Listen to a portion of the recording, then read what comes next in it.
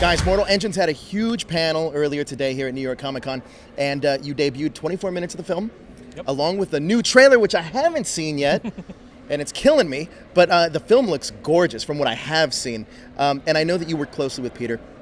Talk to me about what you learned from it and what you wanted to bring to kind of make this your own. What I've learned from Peter is that audiences they want to go to the cinema to see something new. Sure. They want to go and have a new experience, and you want them to come out with a lasting memory of a great film with a great story, and everything else is just working as hard as you can to make the audience fall in love with what you've done, and also make a film that you'd enjoy yourself. That's what it comes down to. Now, I just want to talk about these, because I'm really excited to see these Predator cities on screen. Obviously, sci-fi and adventure films are cautionary tales of the kind of the world we live in today. What do you think Mortal Engines is saying to the world today, as a story or as a film? It works on a lot of different levels. Sure. I think.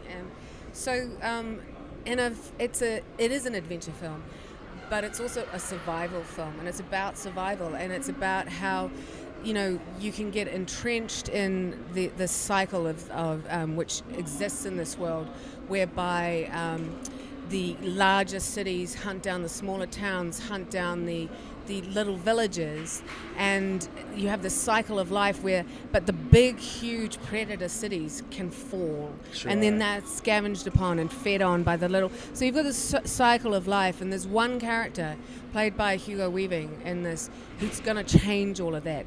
But to do it, he's incredibly ambitious. And our co-producer and writer, Fran Walsh, put it this way, which I thought was really interesting early on. She said, part of this story is about don't ever give a man of rampant ambition the codes to the bomb, because he will use them. Right. And it's kind of got this really edgy it's dangerous and unexpected, so you never quite know what's going to happen next. And then again, on another level, at the heart of it, it is it's a survival story in a unique way, because the lead character, this young woman who's scarred, and believe it or not, there's not that many leads that you see in film that carry a huge, massive, jagged scar down their face. So scarred outside and inside.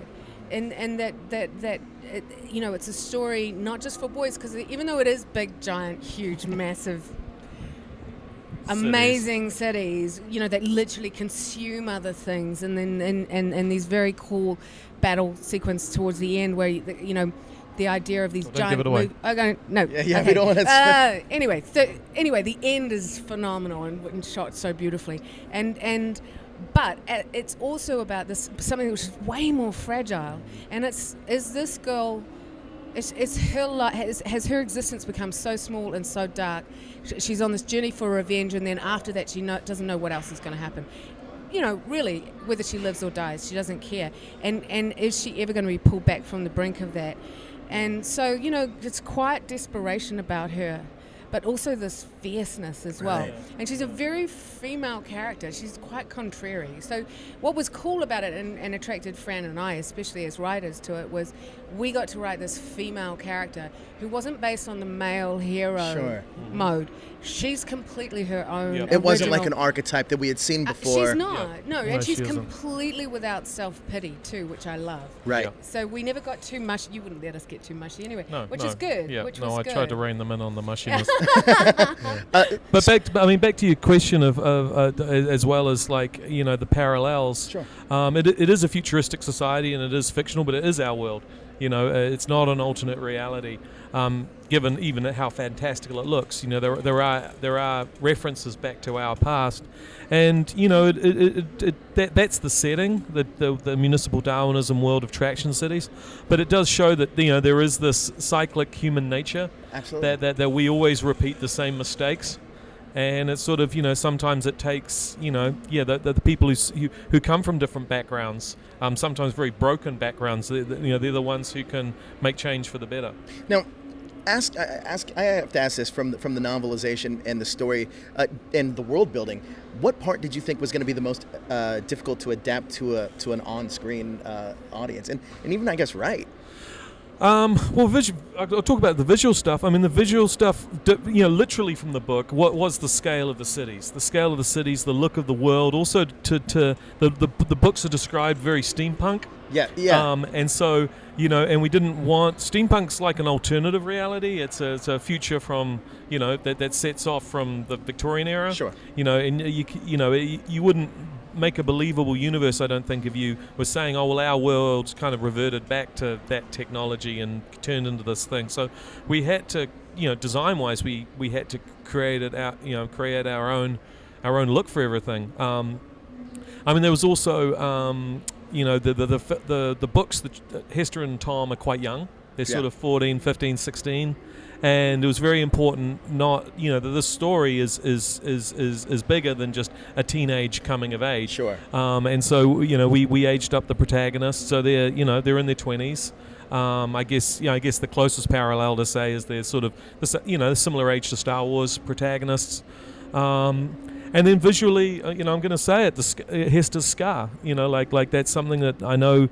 It in the book, it's very clear, the description of how much she's her face is shredded, and we just had to walk a fine line by sort of not going so far that it would be distracting to audiences and that's all they would think about, but still keep it present and vicious enough that it is there. That What's a character trait? It's a character trait, and she thinks that she's scarred and damaged and ugly, because there is this beauty in her character. And also we wanted to show the moment she gets that scar, and she's a little girl right when it happens, and the way it's described in the book, where she's missing half her nose and her mouth's being distorted and her eye.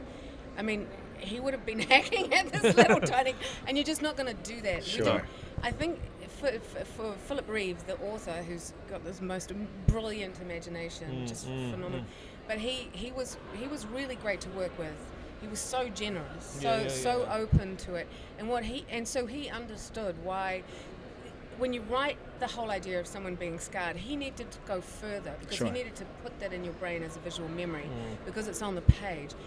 But Christian got to show it, and then more importantly, just to reassure the fans out there who, huge fans of Hester Shaw as a heroine, the most important thing we did was cast Hera Hilmer as Hester, because she's playing the scar inside the girl as much as the scar that's on the outside. Well, guys, I can't wait to see this on the big screen. Now I'm literally, after this, I'm going to go and watch the next trailer and try to somehow get them to send me the next 24 minutes at release. But guys, thank you so much for joining us. You're welcome. Our pleasure. And enjoy the convention. Thank you. Enjoy the film.